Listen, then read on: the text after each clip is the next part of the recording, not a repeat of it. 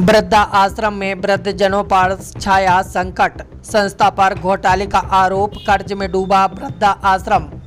कई वर्षों से भर्तना में संचालित है वृद्धा आश्रम। आर्थिक तंगी के बीच जूझ रहा है वृद्धा आश्रम।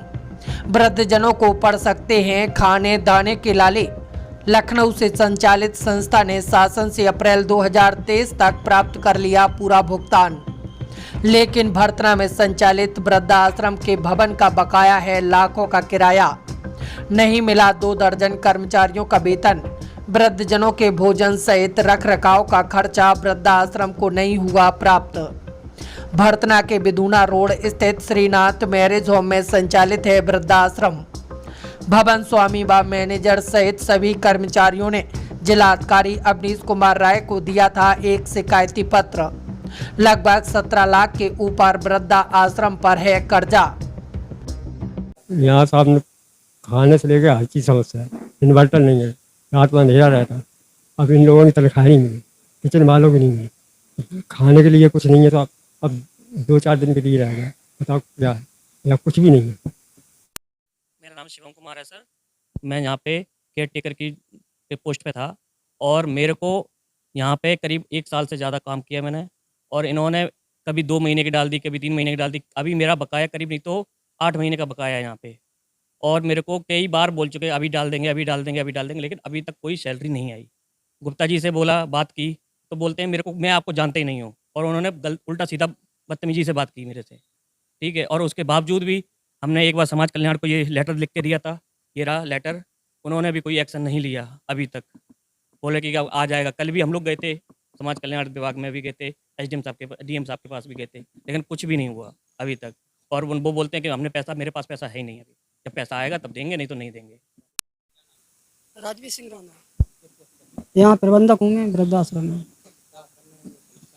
जी। ये सर करीब 2 साल से लगभग धीरे धीरे ऐसा ही हो रहा है कि ग्रांट आई, कभी 1 महीने की डाल दी, कभी 2 महीने की डाल दी, कभी डाली नहीं। इस तरीके से चलता आ रहा है। ये समस्याएं हम लोग जैसे मेंटेनेंस के लिए, जैसे वाटर है, कूलर है, इन्वर्टर है, पंखे पुराने हो गए, अक्सर ख़राब होते, उनके लिए हम पैसा मांगते हैं तो मुझे नहीं मिलता है। इन्वर्टर ख़राब हो गया क्योंकि वो बदला जाना है, उसके लिए भी पैसा नहीं मिलता है। तो जब लाइट चली जाती है तो अंधेरा हो जाता है।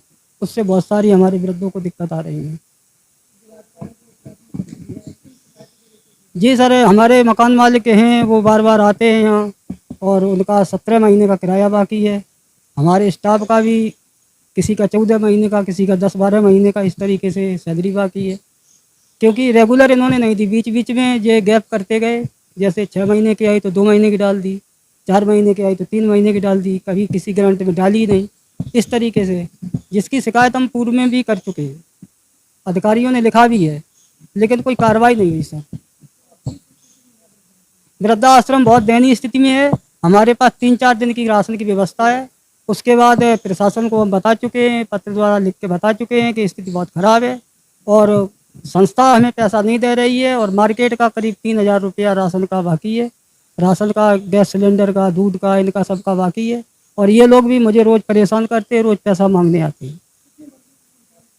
ये संचालित करीब 6 साल से है, 2017 से संचालित है, और 18 से यहाँ संचालित है श्रीनाथ गेस्ट हाउस में। जी जी,